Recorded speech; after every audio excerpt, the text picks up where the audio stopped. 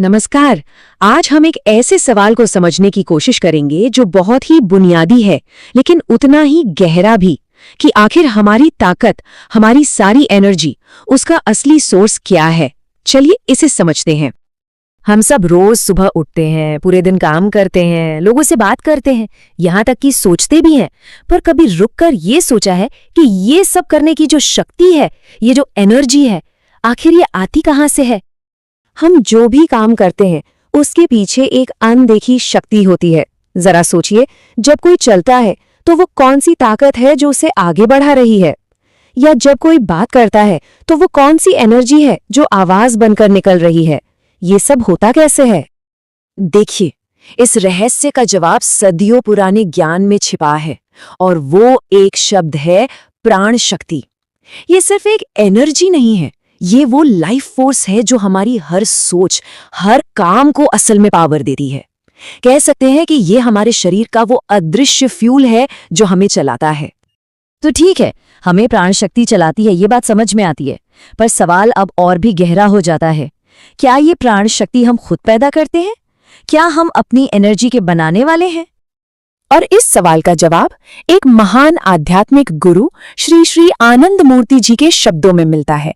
उनका एक बहुत ही गहरा कथन है जो एक चौंकाने वाली सच्चाई की तरफ इशारा करता है। वो कहते हैं, हमारे अंदर जो भी स्फूर्ति है वो हमारी बनाई हुई नहीं है। तो इसका मतलब क्या हुआ?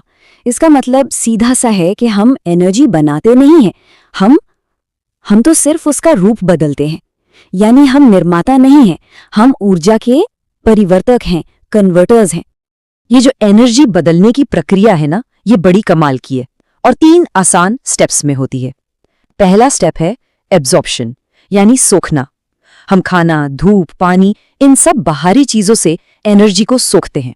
दूसरे स्टेप में हमारा शरीर इस कच्ची एनर्जी को प्राण शक्ति यानी लाइफ फोर्स में बदलता है। और आखिर में तीसरे स्टेप में हम इसी प्राण शक्ति को अपने अलग अलग कामों के लिए दूसरी तरह की एनर्जी में फिर से बदल देते हैं।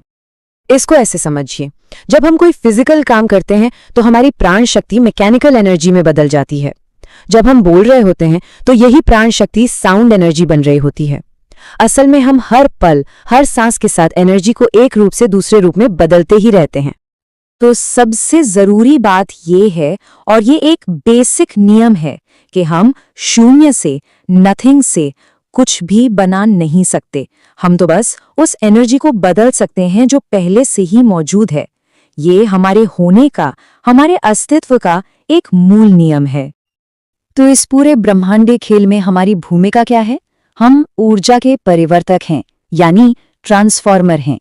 हम बनाने वाले यानी क्रिएटर नहीं हैं। ऊर्जा को बनाना उस परम स्रोत, उस ओरिजिनल सोर्स का काम है, हमारा नहीं। अच्छा, अगर हमारी सारी ताकत, सारी प्रेरणा एक बाहरी सोर्स से आ रही है जिसे हम सिर्फ बदल रहे हैं, तो फिर हमारी अपनी व्यक्तिगत शक्ति का क्या मतलब हुआ? ये सवाल हमें विज्ञान से अध्यात्म की दुनिया की ओर ले जाता है। और यहीं पर श्री श्री आनंद मूर्ति जी की एक और बात पूरी तस्वीर को एकदम साफ कर देती है। वो कहते हैं कि चूंकि हम अपनी ऊर्जा खुद नहीं बना सकते, इसलिए हम नेचुरली एक बाहरी स्रोत पर निर्भर हैं, खासकर तब जब हम आध्यात्मिक रूप से आगे बढ़ना चाहते हैं।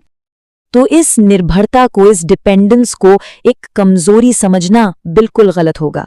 ये कोई कमी नहीं है, बल्कि ये हमारे अस्तित्व की सच्चाई है, हमारी फंडामेंटल नेचर है। यही चीज हमें उस बड़े कॉस्मिक वेब से जोड़ती है जिसका हम सब एक छोटा सा हिस्सा हैं। और ये पूरी बातचीत हमें आखिर में एक बहुत ही गहरे सवाल के साथ छोड़ जाती है। अगर हम सिर्फ एक माध्यम हैं, एक कन्वर्टर हैं जो ऊर्जा को बदलता है, तो फिर उस असली निर्माता, उस ओरिजिनल सोर्स के साथ हमारा रिश्ता क्या है? इस पे जरूर सोचेगा।